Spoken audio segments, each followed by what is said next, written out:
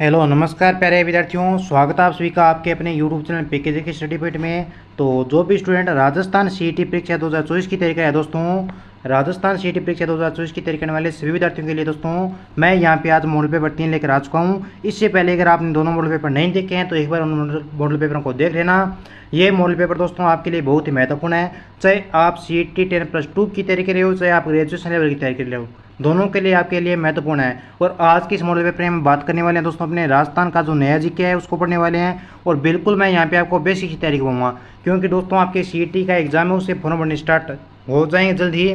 और इसके लिए आपको क्या है दोस्तों, बिल्कुल बेसिक की तैयारी होनी आपके लिए ज़रूरी है, क्योंकि आपके एग्जाम में प्रश्न ऐसा नहीं है कि कहीं हाई फाई आएगा, ठीक है। प्रश्न का लेवल है वो ठीक ठीक करेगा। तो मॉडल पेपर आपके लिए बहुत ही महत्वपूर्ण है और क्लास को बिना स्किप किए आपको इस क्लास को पूरा देखना है। तो चलिए भाई अपने मॉडल पेपर 3 की शुरुआत करते हैं आज के। देखिए पहला क्वेश्चन है दोस्तों जो आपके स्क्रीन के सामने हाजिर है। दोस्तों अगर ग्रुप को ज्वाइन करना है तो ये जो आपको नंबर दिखाई दे रहे हैं इन पे आप मैसेज करके मुझे कोई भी जानकारी पर्सनल ले सकते हैं सीईटी एग्जाम के लिए। क्वेश्चन नंबर 1 पूछा आपसे ये कि बाबा रामदेव जी की आराधना में किया जाने वाला नृत्य कौन सा है। ऑप्शन आपका कामड़ नृत्य है, तेरह ताल नृत्य है, दीक्षा नृत्य है या ढोल नृत्य है। फटाफट से इस विद्यार्थी इसका कमेंट कीजिए कि इसका राइट आंसर क्या हो जाएगा। दोस्तों बाबा रामदेव जी की आराधना में कौन सा आपका नृत्य किया जाता है, तो सभी विद्यार्थियों को पता है अपने तेरह ताल नृत्य किया जाता है जो अपने बाबा रामदेव जी की आराधना में किया जाता है। तो जो भी स्टूडेंट बी ऑप्शन को लॉक करें दोस्तों उन सभी का एकदम राइट आंसर हो जाएगा। अगला प्रश्न देखिए, नेक्स्ट हमारा क्वेश्चन पूछा है कि जंत्रवाद यंत्र है ये किसके द्वारा बजाया जाता है। ऑप्शन है देवनारायण जी के भोंपों के द्वारा, बाबू जी के भोंपों, ग्रासिया जाति के या भील जाति के। तो इसका सही उत्तर हो जाएगा ए ऑप्शन, यानी इस क्वेश्चन का पहला ऑप्शन आपका राइट हो जाएगा। दोस्तों देवनारायण जी के भोंपे ये किस वाद्य यंत्र का प्रयोग करते हैं, ये जंत्रवाद यंत्र का प्रयोग करते हैं। आपके सीईटी के एग्जाम में बिल्कुल हो ऐसे प्रश्न छपेंगे। अगला प्रश्न पढ़िए दोस्तों, नीचे कमेंट कीजिए कि इसका राइट आंसर क्या हो जाएगा। क्वेश्चन आपका कि रमत है एक प्रकार का लोक नाट्य है, वाद्य यंत्र है, एक लोक नृत्य है या एक लोक संगीत है। दोस्तों रमत क्या है, प्रश्न आपसे यही पूछा गया है। तो रमत है एक प्रकार का क्या दोस्तों अपने लोक नाट्य हो जाएगा। ए ऑप्शन को क्या कर दीजिए, करेक्ट कर दीजिए अपने यहाँ पे। अगला सवाल देखिए आपसे क्या पूछा है। नेक्स्ट प्रश्न है मित्रों कि निम्नलिखित में से किस स्थान पर राजस्थान में साधारणतः सर्वाधिक वर्षा दर्ज की जाती है। बहुत ही प्यारा प्रश्न है, एग्जाम की दृष्टि से दोस्तों वेरी वेरी इंपॉर्टेंट क्वेश्चन है, चाहे आप स्टार मार्क कर लो इस प्रश्न को। ये प्रश्न आपके सीईटी एग्जाम 10+2 में पक्का आएगा कि निम्नलिखित में से राजस्थान में साधारणतः सर्वाधिक वर्षा दर्ज की जाती है वो किस जिले में की जाती है। दोस्तों प्रश्न आपका ये है। तो ये दर्ज की जाती है मित्रों आपके माउंट आबू में। कहाँ पे की जाती है, माउंट आबू में की जाती है जो आपका सिरोही में है, ठीक है। तो जो भी स्टूडेंट माउंट आबू को लॉक करे हैं उन सभी का राइट आंसर हो जाएगा। और यहाँ पर जो वर्षा का सेंटीमीटर है दोस्तों वो कितना रहता है, तो वो आपका वर्षा का सेंटीमीटर रहता है यहाँ पर लगभग 150 सेंटीमीटर। और वर्षा के दिनों की संख्या अगर आपके एग्जाम में पूछ लिया जाए दोस्तों कि यहाँ पर वर्षा के दिनों की संख्या कितनी होती है, तो वर्षा के दिनों की संख्या यहाँ पे 48 दिन होती है, यानी 48 दिनों तक यहाँ पे क्या होती है दोस्तों आपकी वर्षा होती है।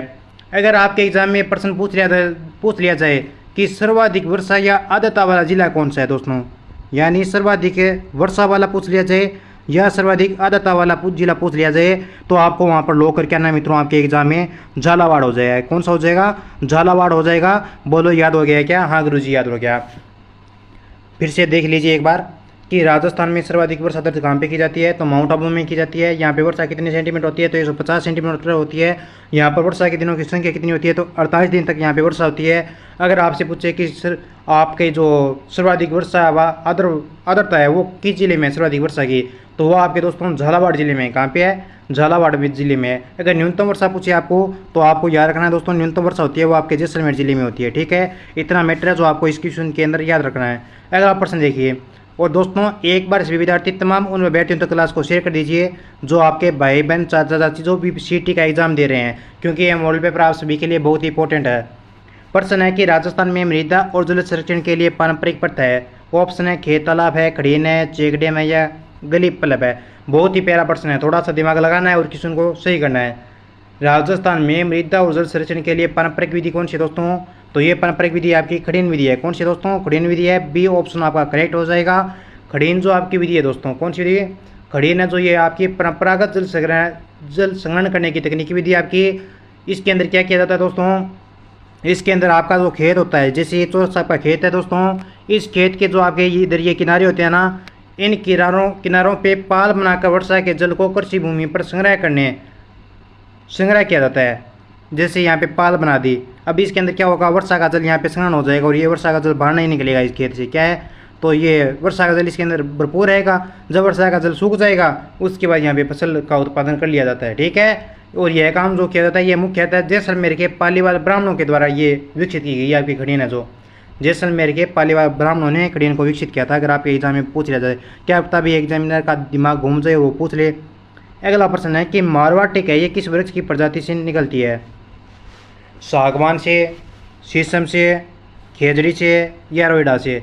मित्रों पहले तो ध्यान से देखिए कि मारवाड़ टिक है ये किस वृक्ष प्रजाति से निकलती है, तो ये आपका रोइडा से निकलता है, यानी डी ऑप्शन हो जाएगा अपना सही आंसर। ठीक है, रोइडा से निकलती है। लेकिन बहुत बार आपके एग्जाम में प्रश्न पूछ जाता है। क्या प्रश्न आता है आपके एग्जाम में? आपके एग्जाम में प्रश्न आता है दोस्तों कि रोइडा का वैज्ञानिक नाम बताइए। क्या है, रोइडे का वैज्ञानिक नाम बताइए क्या है, ये प्रश्न आपके एग्जाम में आता है। तो ध्यान में रखना मित्रों, रोइडा का जो आपका वैज्ञानिक नाम है वो इसका टिकोमेरा अंडुलेटा है। और नीचे कमेंट कीजिए दोस्तों कि रोइडा को राज्य पशु का, राज्य पशु नहीं दोस्तों, राज्य पुष्प है यहाँ पे। ठीक है, रोइडा क्या है, राज्य पुष्प है। पशु क्या है अपना, राज्य पशु कौन सा है, ऊँट है क्या, बताओ भाई? दो है अपने राज्य पशु, वो बाद में बताऊंगा मैं आपको। लेकिन फिलहाल बात करते हैं अपने राज्य पुष्प के बारे में। राज्य पुष्प को मित्रों आपका जो दर्जा है वो कब दिया गया, तो आपको ध्यान रखना है, इसको दर्जा दिया गया आपके 31 अक्टूबर 1983 को राज्य पुष्प का दर्जा दिया गया। और किसको दिया गया, रोइडे को दिया गया। रोइडे का वैज्ञानिक नाम आपको बता दिया, टिकोमेला अंडुलेटा है। इसके अन्य नाम पूछे आपसे तो मोरोसोबा, रेगिस्तान का सागवान कहा जाता है, इसे मारवाड़ टिक कहा जाता है। ठीक है, इसका प्रयोग जो मुख्यतः आपके फर्नीचर निर्माण में काम में लिया जाता है। आगे देखो अगला प्रश्न, जीण माता का मेला राजस्थान के किस जिले में वर्ष में 2 बार आयोजित किया जाता है? बहुत ही प्यारा प्रश्न आपका, वेरी वेरी इंपॉर्टेंट, शानदार, लाजवाब क्वेश्चन है। सभी विद्यार्थी नीचे कमेंट करेंगे, मैं सभी बच्चों के यहाँ पे कमेंट पढ़ रहा हूँ। सिरोही है, सीकर है, स्वयं माधोपुर है या जालौर है? देखो भाई बच्चों ने क्या किया, एकदम करेक्ट आंसर दिया है। सभी विद्यार्थियों का यहाँ पे एकदम सही आंसर आ रहा है और बच्चों ने यहाँ पे लो किया है कि गुरुजी बी ऑप्शन को लो कर दो। बिल्कुल भाई मेरी प्यारे अभ्यर्थियों, आपका सही आंसर हो जाएगा सीकर। जीण माता का जो मेला है दोस्तों ये राजस्थान के किस जिले में वर्ष में 2 बार आयोजित किया जाता है? तो ये आपका जीण माता का सीकर में मेला आयोजित किया जाता है। शेखावाटी क्षेत्र की लोक देवी अपनी जीण माता, ये सीकर चौहान वंश की कुल देवी है। और जीण माता को दोस्तों आपको ध्यान में रखना है कि जीण माता मधुमक्खियों की देवी कौन सी है, तो ध्यान में रखना है कि जीण माता को मधुमक्खी की देवी भी कहा जाता है। ठीक है, क्या कहा जाता है, जीण माता को मधुमक्खियों की देवी भी कहा जाता है। और कमेंट करें कि क्या नवरात्र में इनके दोस्तों गीत गाया जाता है? ढाई सबसे लंबा गीत किसका है, नवरात्रि में गाया जाता है आपका जीण माता का है क्या, बताओ भाई? और इनके शराब चढ़ाई जाती है या नहीं चढ़ाई जाती है, ये भी कमेंट कीजिए नीचे आप। ठीक है, और यहाँ पर औरंगजेब के समय से लगभग स्वामन का तेल भी आता है आपकी दिल्ली से। जीण माता का जो मंदिर है दोस्तों यहाँ पे क्या है आपका सीकर में है। ठीक है, यहाँ पे 2 वर्ष में मेला लगता है, प्रतिवर्ष है 2 बार मेला लगता है वर्ष में आपका। ठीक है, यहाँ पर आपका स्वामन का तेल चढ़ाया जाता है औरंगजेब के द्वारा, प्रतिमा है स्वामन तेल, और मधुमक्खियों की देवी कहलाती है। नेक्स्ट क्वेश्चन है अपना कि किला सांकला का संबंध है। ऑप्शन है काले हिरण संरक्षण से है, सांप संरक्षण से है, बिश्नोई जाति से है या बाघ संरक्षण है? प्यारे बच्चों कमेंट कीजिए कि किला सांकला का संबंध किससे है। देखो भाई किला सांकला इनका संबंध किससे है, तो इनका संबंध हो जाएगा बाघ संरक्षण से। किससे हो जाएगा प्यारे मित्रों, बाघ संरक्षण से अपने किला सांकला का संबंध है। किला सांकला को दोस्तों टाइगर मैन के नाम से पुकारा जाता है। किस नाम से, टाइगर मैन के नाम से किला सांकला को जाना जाता है। आपके एग्जाम में प्रश्न पूछा जाए कि टाइगर मैन किसे कहा जाता है, तो याद में रखना किला सांकला को। नेक्स्ट क्वेश्चन है कि राजस्थान के लोगों का प्रमुख व्यवसाय क्या है? उद्योग धंधे, कृषि, परिवहन। एक बात ध्यान सुनो, राजस्थान के लोग कैसे है भाई, अपने गरीब है, यहाँ पे कोई धन दौलत नहीं है। हाँ हालांकि किसी टाइम में अपने भारत जो अपने यहाँ पे क्या कहलाती है, सोने की चिड़िया कहलाती थी। लेकिन अंग्रेज आए, मुसलमान आए, लूट कर चले गए, हम रह गए आँख फाड़ते फाड़ते। क्या करते भाई, पहले दबाव था उनका, हम तो उनके नौकर चाकर थे। बहुत लेट जाके अपना जो ये देश है ये आज़ाद हुआ था। तो कमेंट कीजिए कि राजस्थान के लोगों का अपना व्यवसाय क्या है। तो इनका व्यवसाय आपको पता है कि राजस्थान के लोग गरीब है, गरीब हो गए तो वो क्या काम करेंगे, कृषि करेंगे। तो इनका जो मुख्य व्यवसाय है वो कृषि पर आधारित है। राज्य की लगभग 60% से अधिक जनसंख्या ना वो आपकी कृषि से अपना जीविकोपार्जन चलाती है। अगला प्रश्न देखो मित्रों, साथ में काउंट करते जाना कि आपके कितने क्वेश्चन हैं जो यहाँ पे सही हो रहे हैं, ताकि आप लास्ट में मैं आपसे पूछूंगा कि आपके कितने क्वेश्चन सही हुए हैं, ताकि आप मुझे बता दें कि गुरुजी हमारे इतने परसेंट सही हो रहे हैं। प्रश्न है कि कौन से महीने में तीज का त्यौहार मनाया जाता है? श्रावण माह में, चैत्र, बैसाख या माघ में? दोस्तों तीज का त्यौहार कौन से माह में मनाया जाता है? फटाफट से कमेंट कर दो, कोई भी बच्चा इसका क्या नहीं करेगा, गलत आंसर नहीं देगा। ठीक है, वाह भाई क्या बात है, वेरी गुड, शाबाश, एकदम सही आंसर है बच्चों के। बच्चों ने लोग किया यहाँ पे श्रावण माह में, बिल्कुल दोस्तों श्रावण में। अपने श्रावण के माह में आपके तीज का त्यौहार मनाया जाता है। किस माह में? श्रावण माह में। अगला प्रश्न है दोस्तों कि राजस्थान राज्य डेयरी विकास निगम की स्थापना किस वर्ष में की गई थी? देखिए विद्यार्थियों, राजस्थान राज्य डेयरी विकास निगम की स्थापना किस वर्ष में की गई थी? प्रश्न आपका ये है। लेकिन मैं आपसे एक प्रश्न पूछता हूँ दोस्तों, जो आपके एग्जाम में बहुत बार आता है। कौन सा प्रश्न है कि पद्मा डेयरी की स्थापना कब की गई? कौन सी दोस्तों? पद्मा डेयरी ये कब स्थापित की गई? नीचे सभी विद्यार्थी क्या करेंगे? इस प्रश्न का कमेंट करके आंसर देंगे मुझे, ठीक है? मैं सभी की कमेंट पढ़ूंगा, ठीक है? तो देखिए, राजस्थान राज्य डेयरी विकास निगम की स्थापना ये किस वर्ष में की गई थी? इसकी स्थापना की गई थी आपके 1975 में। कब की गई दोस्तों? 1975 में की गई। सही आंसर हो जाएगा आपका बी ऑप्शन, ठीक है? सही आंसर आया सभी का, सभी ने बी ऑप्शन को लॉक किया है। अगला प्रश्न देखिए, एक बार सभी विद्यार्थी है ना, एक बार इस क्लास को शेयर कर दो तमाम उन बैठे तक जो सीटी के एग्जाम की तैयारी कर रहे हैं। प्रश्न है कि भारत के किस राज्य को कहा जाता है खनिजों का संग्रहालय? देखिए थोड़ा, ये तो इधर आना चाहिए था और ये इधर आना चाहिए था कि भारत के किस राज्य को खनिजों का संग्रहालय कहा जाता है। प्रश्न ऐसा बनना चाहिए था, लेकिन यहाँ पे थोड़ा मिस प्रिंटिंग की वजह से ये इधर छप गया थोड़ा, ठीक है? लेकिन कोई दिक्कत नहीं है। खनिजों का संग्रहालय भारत के किस राज्य को कहा जाता है? प्रश्न आपका ये है।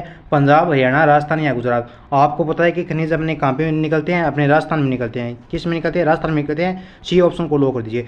देखिए दोस्तों, संपूर्ण जितने भी अपने विश्व में देश है ना, उन सभी देशों में राजस्थान क्या है?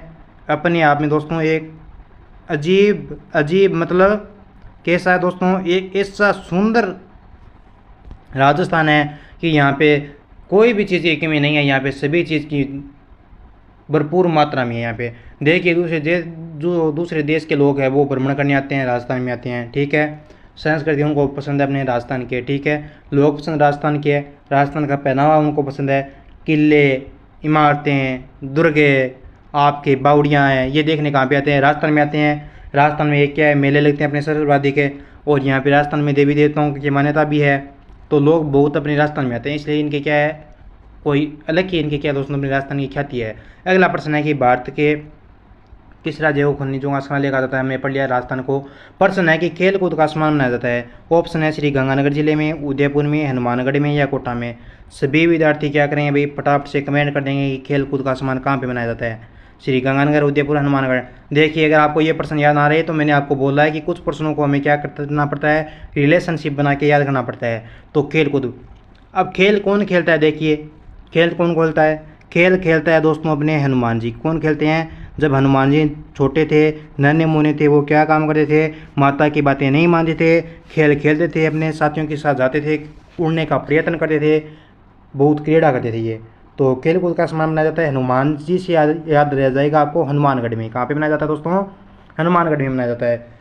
बोलो भाई, सभी का एकदम करेक्ट आंसर आ गया ना? हाँ गुरुजी, खेल कूद का सम्मान है वो अपने हनुमानगढ़ गंगानगर में मनाया जाता है। बिल्कुल भाई, सही आंसर कर दो भाई हनुमानगढ़ को। आगे देखो भाई, छप्पनिया काल है ये राजस्थान में किस वर्ष में हुआ? 1858, 59 में, 1898, 99 में, 1899, 1900 में, 1904 या 5 में। छप्पनिया काल कौन सा दोस्तों? छप्पनिया काल है ये आपका किस वर्ष में हुआ? प्रश्न आपका ये पूछा गया है। देखिए, ये विक्रम संवत आपके कब पड़ा भाई? ये विक्रम संवत ये पड़ा आपके 1956 में, छप्पनिया काल, ठीक है? अगर वैसे पूछें तो ये 1899 ईस्वी में पढ़ा था आपने। तो लो कर दें अपने 1899 यानी 1900, यानी सी ऑप्शन को लो कर दें यहाँ पे, ठीक है? छप्पनिया काल कहा जाता है ये, छप्पना काल। अगला प्रश्न है कि विश्व पर्यटन दिवस कब मनाया जाता है? ऑप्शन आपका 27 सितंबर, 8 मई, 25 दिसंबर या 10 जनवरी। बताओ प्यारे साथियों कि विश्व पर्यटन दिवस है आपका कब मनाया जाता है? तो ये मनाया जाता है आपका गुरुजी, विश्व पर्यटन दिवस मनाया जाता है अपने 27 सितंबर को। बिल्कुल भाई, सही आंसर हो जाएगा ए ऑप्शन। जो भी प्यारे अभ्यर्थी ए ऑप्शन को लोग रहे हैं दोस्तों, उन सभी का राइट हो जाएगा। अब प्यारे विद्यार्थियों देखिए भाई, विश्व पर्यटन दिवस तो आपका 27 सितंबर को मनाया जाता है, लेकिन आपके एग्जाम में प्रश्न बहुत बार आता है कि गुरुजी पर्यावरण दिवस कब मनाया जाता है? प्रश्न क्या दोस्तों? पर्यावरण दिवस कब मनाया जाता है ये बताइए मुझे। क्या दोस्तों 5 जून को पर्यावरण दिवस मनाया जाता है? सभी विद्यार्थी नीचे कमेंट करेंगे पर्यावरण दिवस कब मनाया जाता है, ठीक है? 5 जून को बोलो कि पर्यावरण दिवस मनाया जाता है। अगर मैं आपसे पूछूं दोस्तों कि आपका पृथ्वी दिवस कब मनाया जाता है, तो भाई पृथ्वी दिवस और पर्यावरण दिवस, इन दोनों को क्या करना, आपको कमेंट करना है क्लास पूरी होने के बाद में। आगे देखो अगला प्रश्न, कौन बागड़ की मीरा के नाम से जानी जाती है? मीराबाई, गौरीबाई, कोयल या कालीबाई? बागड़ की मीरा, देखो भाई बागड़ की मीरा ये मैंने प्रश्न आपको पढ़ाया है। गौरीबाई को अपने बागड़ की मीरा कहा जाता है। किसको कहा जाता है? गौरीबाई को कहा जाता है। तो ए ऑप्शन को क्या कर देंगे, सभी बच्चे यहाँ पे करेक्ट कर देंगे। अगला प्रश्न देखिए, ध्यान से प्रश्न को पढ़ना है और फिर क्या करना है दोस्तों, आपको आंसर करना है कि किसी भी राज्य को बीमारू राज्य की श्रेणी में रखने का आधार है।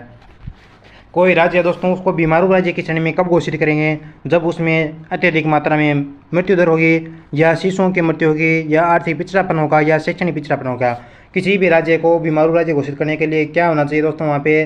तो वहाँ पे क्या होगा? आर्थिक पिछड़ापन होगा, तभी उस राज्य को क्या कर सकते हैं? अपने आर्थिक पिछड़ापन घोषित कर सकते हैं। ठीक है, यानी बीमारू राज्य घोषित कर सकते हैं। आर्थिक पिछड़ापन के कारण आपका बीमारू राज्य घोषित हो जाएगा। ठीक है, याद रह जाएगा। हाँ गुरुजी बिल्कुल भाई, आगे बढ़ो। वाह भाई क्या बात है, शानदार। सभी बच्चों के ना एकदम आज करेक्ट आंसर है। बच्चे क्या करें भाई, बंदर की तरह छलांग लगा रहे हैं। राजस्थान में ऊर्जा का प्रमुख स्रोत क्या है भाई? बताओ, राजस्थान में ऊर्जा का प्रमुख स्रोत है वायु ऊर्जा, ऊर्जा, जल विद्युत ऊर्जा, या तापीय ऊर्जा। तो राजस्थान में तो भाई अपने एक ही इच्छा है, क्या है भाई? सूरज तपता है, लोग प्लेटें लगाते हैं, तो अपने क्या होगा भाई? तापीय शक्ति होगी बड़ी। तापमान से क्या करते हैं? अपनी ऊर्जा बनाते हैं, तो तापीय ऊर्जा। डायरेक्ट लो करो डी को, तापीय ऊर्जा। अगला प्रश्न देखिए भाई, शिल्पग्राम कहाँ स्थित है? ऑप्शन है सिरोही में, उदयपुर में, जयपुर में, या सीकर में। कितना प्यारा क्वेश्चन पूछा है मित्रों आपसे कि शिल्पग्राम कहाँ पे है। देखिए अभ्यर्थियों, शिल्पग्राम ये आपका कहाँ पे है? तो शिल्पग्राम है आपका उदयपुर में। अगर उदयपुर आपको एग्जाम में नाम ना मिले तो वहाँ पर आपको नाम दिखेगा दोस्तों आपके एग्जाम में हवाला, हवाला ग्राम उदयपुर। कहाँ पे है दोस्तों आपका शिल्पग्राम? हवाला ग्राम उदयपुर में है, याद रखना। ठीक है, आपके एग्जाम में आ सकता है। शिक्षा का अधिकार अधिनियम के तहत राजस्थान में निजी स्कूलों में अध्ययनरत बालिकाएं अब तक निःशुल्क पढ़ सकेगी। ऑप्शन है 9वीं, 10वीं, 11वीं, या 12वीं। देखिए दोस्तों, शिक्षा का अधिकार जो अधिनियम है, ये राजस्थान में जो आपके निजी स्कूल है, यहाँ पर बालिकाएं वो निःशुल्क कितनी क्लास तक पढ़ सकती है, यानी कितनी क्लास तक वो पढ़ सकती है निःशुल्क अपने? तो वो निःशुल्क पढ़ सकती है मित्रों अपने, पहले तो था अपने 9वीं 8वीं क्लास तक, लेकिन वर्तमान में क्या है अपने 12वीं क्लास तक वो क्या है दोस्तों निःशुल्क पढ़ाई कर सकती है। ठीक है, तो डी को लो कर दें सभी विद्यार्थी यहाँ पे। ठीक है, वाह भाई क्या बात है, शानदार। दोस्तों ग्रुप को ज्वाइन करना है आपको, तो स्टार्टिंग में क्लास के नंबर दिए गए हैं, उनसे आप ज्वाइन कर सकते हो। नेक्स्ट क्वेश्चन आपका है कि मनरेगा के अंतर्गत न्यूनतम दिनों का रोजगार प्रदान किया जाता है? 150, 100, 120, या 103? 103 नहीं है, 130 है। फटाफट से कमेंट कीजिए कि मनरेगा के अंतर्गत न्यूनतम दिनों का रोजगार प्रदान किया जाता है कितना भाई? 100 दिनों का रोजगार प्रदान किया जाता है मनरेगा के अंतर्गत। बी ऑप्शन को लो कर दीजिए। क्या कर दीजिए भाई? बी ऑप्शन को लो कर दीजिए। साथियों कमेंट करते जाइए साथ में। ठीक है भाई, कोई भी बच्चा फ्री नहीं बैठा रहेगा, सभी को यहाँ पे कमेंट करना है। प्रश्न है नेक्स्ट हमारा कि निम्न में से किस समारोह का संबंध विवाह से है? गोद लेना, जुड़ूला, पनघट पूजन, या टीका। विवाह से संबंध किसका है? प्रश्न आपका ये है। तो देखिए भाई, टिक्का। टिक्का दोस्तों क्या है? टिक्का इसमें वर पक्ष के द्वारा वधू के लिए जो वस्त्र गहने जो भी पैसे आपके भेंट किए जाते हैं, वर पक्ष के द्वारा वधू के लिए वस्त्र गहने जो भी भेंट किए जाते हैं उसको बोलते हैं अपने टिक्का करना। ठीक है, आपने सुना होगा कि अपने रिश्ता करते हैं तब अपने एक दूसरे के घर जाती हैं, वहाँ पे कपड़ा वस्त्र लेके जाती हैं, कोई टूम लेके जाते हैं, उनको बोलते हैं दोस्तों टिक्का करना। ठीक है, तो समारोह का संबंध विवाह से किस रस्म का आपका ना टिक्का हो जाएगा।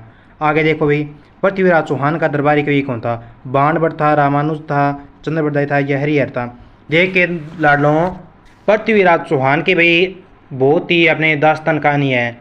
ये बंदा बहुत अपने शासकों में श्रेष्ठ माना जाता है। तो कमेंट कीजिए कि पृथ्वीराज चौहान के बारे में आपने पढ़ा होगा, बचपन में आपने कहानी सुनी होगी, तो आपको याद रह जाएगा कि पृथ्वीराज चौहान का दरबारी कवि कौन था। तो इसका दरबारी कवि था चंद्रप्रदाय। कौन था दोस्तों? सी ऑप्शन को लो कर दीजिए। अब देखिए मित्रों, मैं मानता हूं कि आप स्टडी करते हो, आपको याद रह जाता है, लेकिन कुछ बच्चे ऐसे भी होते हैं दोस्तों जिनको क्या कराना पड़ता है? अपने जीरो लेवल से तैयारी करानी पड़ती है। ठीक है, तो उनको जीरो लेवल से तैयारी करवाने के लिए भाई उनको क्या करना पड़ता है? रिलेशनशिप बनानी पड़ती है उनके लिए प्रश्नों की। तो यहाँ पे पृथ्वीराज चौहान का दरबारी कवि कौन था? अगर किसी बच्चे को ये याद ना रहे तो पैर से पृथ्वीराज से याद रखना है दोस्तों आपको। क्या? पृथ्वीराज से आपको याद रखना है पृथ्वी। पृथ्वी कहाँ है दोस्तों? पृथ्वी अपने धरती। पृथ्वीराज से आपको याद रखना है पृथ्वी। और चंद्रप्रदाय से आपको क्या याद रखना है दोस्तों? चंद्रप्रदाय से आपको याद रखना है चांद। ठीक है, चंद्रप्रदाय से आपको याद रखना है चांद। पृथ्वीराज से याद रखोगे पृथ्वी। पृथ्वी, अब पृथ्वी पे क्या होता है? पृथ्वी पे होता है अपना चांद। तो इस तरीके से आपको ये प्रश्न याद रह जाएगा। ठीक है, अगला प्रश्न देखो, महाराजा सूरजमल का अन्य नाम कौन सा था? ना हर्ष सिंह, रणजीत सिंह, रतन सिंह, या सुजान सिंह। बहुत ही प्यारा प्रश्न आपका कि महाराजा सूरजमल का अन्य नाम कौन सा था। तो दोस्तों महाराजा सूरजमल का अन्य नाम था आपका सुजान सिंह था। क्या था भाई? महाराजा सूरजमल का अन्य नाम क्या था? सुजान सिंह। बिल्कुल डी को लो करने वाले सभी साथियों का करेक्ट आंसर हो जाएगा।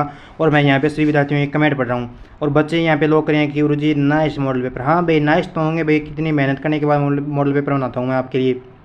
नेक्स्ट है कि निम्न में से कौन सा आभूषण गले में पहना नहीं जाता है? तुलसी है, तिमणिया है, सरी है या रखड़ी है, उस आभूषण का चूज करना आपको जो आपके गले में नहीं पहना जाता है। देखिए भाई, गर्ल को तो पता है कि कौन सी आभूषण है जो गले में पहना जाता है और कौन से नहीं पहना जाता है, तो कमेंट कीजिए भाई। देखिए गले में पहना जाता है क्या? तिमणिया पहना जाता है, सरी पहना जाता है, ये तीनों पहने जाते हैं क्या गले में? बताओ भाई, ये तीनों आभूषण जो आपके गले में पहने जाते हैं क्या? बचा कौन सा? रखड़ी। रखड़ी दोस्तों अपने सुहाग का प्रतीक होता है। किसका प्रतीक होता है दोस्तों? मित्रों, रखड़ी है जो आपके सुहाग का प्रतीक माना जाता है। ठीक है, रखड़ी के पीछे लगाया जाने वाला हुक को सरी या बगड़ी कहा जाता है। ठीक है, तो डी ऑप्शन को लो कर दो भाई कि कौन सा आभूषण जो गले में पहना नहीं जाता है। ठीक है, तो डी ऑप्शन रखड़ा नहीं पहना जाता। ठीक है, आगे देखो भाई, कौन सा किला जोहर स्थल के लिए प्रसिद्ध है? बहुत ही प्यारा प्रश्न आपका भाई, एग्जाम में आने वाला 100% इस प्रश्न की मैं गारंटी लेता हूँ मित्रों, 100% गारंटी लेता हूँ। अगर आ गया ना एग्जाम में तो लगभग विद्यार्थी है ना इस प्रश्न को गलत करेंगे भाई, क्योंकि वो सोचेंगे कि जोहर तो बहुत जगह हुआ है, 2-3 जगहों पर आपका जोहर हुआ है, लेकिन प्रश्न क्या आपका कि कौन सा किला जो जोहर स्थल के लिए प्रसिद्ध है? चित्तौड़गढ़ है, कुंभलगढ़ है, तारागढ़ बूंदी वाला है या काकरोन है? तारागढ़ दुर्ग भी आपका लगभग 3-4 जगह पे है। इसके बारे में भी बच्चों में क्या दोस्तों भ्रांतियाँ आपकी, तो कमेंट कीजिए कि कौन सा किला जो आपके जोहर स्थल के लिए प्रसिद्ध है। तो प्यारे साथियों, जोहर स्थल के लिए कौन सा किला प्रसिद्ध है? तो जोहर स्थल के लिए आपका चित्तौड़गढ़ किला है ना, वो प्रसिद्ध है। ठीक है, तो जो भी मेरे प्यारे अभ्यर्थी यहाँ पे ए ऑप्शन को लो करे हैं उन सभी साथियों का एकदम करेक्ट आंसर हो जाएगा। अगला प्रश्न देखिए दोस्तों, बहुत ही प्यारा क्वेश्चन आपका कि पढ़ना लिखना अभियान के लिए न्यूनतम आयु सीमा वर्ष है। वो ऑप्शन है 12 है, 15 है, 17 या 19 है। फटाफट से कमेंट कीजिए कि व्यक्ति कब तक पढ़ लिख सकता है, उसके कम से कम आयु होनी चाहिए पढ़ने लिखने के लिए। तो उसकी आयु होनी चाहिए दोस्तों आपके 2020 के अनुसार आपके 15 वर्ष से अधिक आयु वर्ग के वयस्कों को साक्षर करना। बी ऑप्शन को लो कर दो भाई, यहाँ पे क्या कर दो? बी ऑप्शन को लो कर दो। ठीक है, अगला प्रश्न देखिए, भेल जनजाति में पेय पदार्थ हेतु किस वृक्ष के पौधों का अधिक उपयोग किया जाता है? भाई बहुत ही प्यारा प्रश्न आपका, अंगूर का, आम का, खेजड़ी का या महुआ का? फटाफट से बताइए दोस्तों कि भेल जनजाति में पेय पदार्थ हेतु किस वृक्ष के पौधों का अधिक उपयोग किया जाता है? तो आदिवासी क्या करते हैं दोस्तों? अपने महुआ वृक्ष का अधिक उपयोग करते हैं शराब के सेवन के लिए। तो डी ऑप्शन आपका क्या हो जाएगा? राइट आंसर हो जाएगा। तो जो भी स्टूडेंट यहाँ पे डी ऑप्शन को लो करें दोस्तों, तमाम उन अभ्यर्थियों का एकदम करेक्ट आंसर है। वाह भाई क्या बात है गुरुजी, आदिवासियों का कलप वृक्ष अपने महुआ को कहा जाता है। हाँ बिल्कुल दोस्तों मेरे, आदिवासियों का जो आपका कलप वृक्ष है ये अपने महुआ के वृक्ष को ही कहा जाता है। ठीक है, महुआ इसको आदिवासियों का कलप वृक्ष कहा जाता है। और ये पाया कहाँ पे जाता है? अगर आपके एग्जाम में प्रश्न आ जाए कि कहाँ पे मिलता है, तो ध्यान में रखना विद्यार्थियों, महुआ जो आपका कहाँ पे मिलता है? ये आपका मिलता है उदयपुर। और कहाँ पे मिलता है? डूंगरपुर। और कहाँ पे मिलता है? चित्तौड़। और कहाँ पे मिलता है? झालावाड़। उदयपुर, डूंगरपुर, चित्तौड़गढ़ और झालावाड़ और अन्य आपका सूंबर रह गया। ठीक है, इनमें क्या आपका ये मिलता है। अब मित्रों आप नीचे कमेंट कर देना भाई कि आपके कितने % है जो इस क्लास में सही हुए हैं। ये मॉडल पेपर था दोस्तों आपके लिए, जो मैंने बड़ी मेहनत करने के बाद बनाया था, और आपके सीईटी के एग्जाम में दोस्तों ऐसे ही प्रश्न आए हैं। अगर दोस्तों आप पहली बार इस चैनल पे नए जुड़े हैं मित्रों, तो एक बार चैनल को क्या कर लो भाई, सब्सक्राइब कर लो। प्लस में इसके पास जो आपकी बेल आइकन घंटी दी गई है दोस्तों, उसको प्रेस कर लो।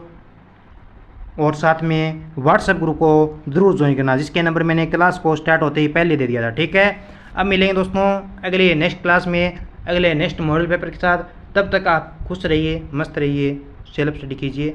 जय श्री राम।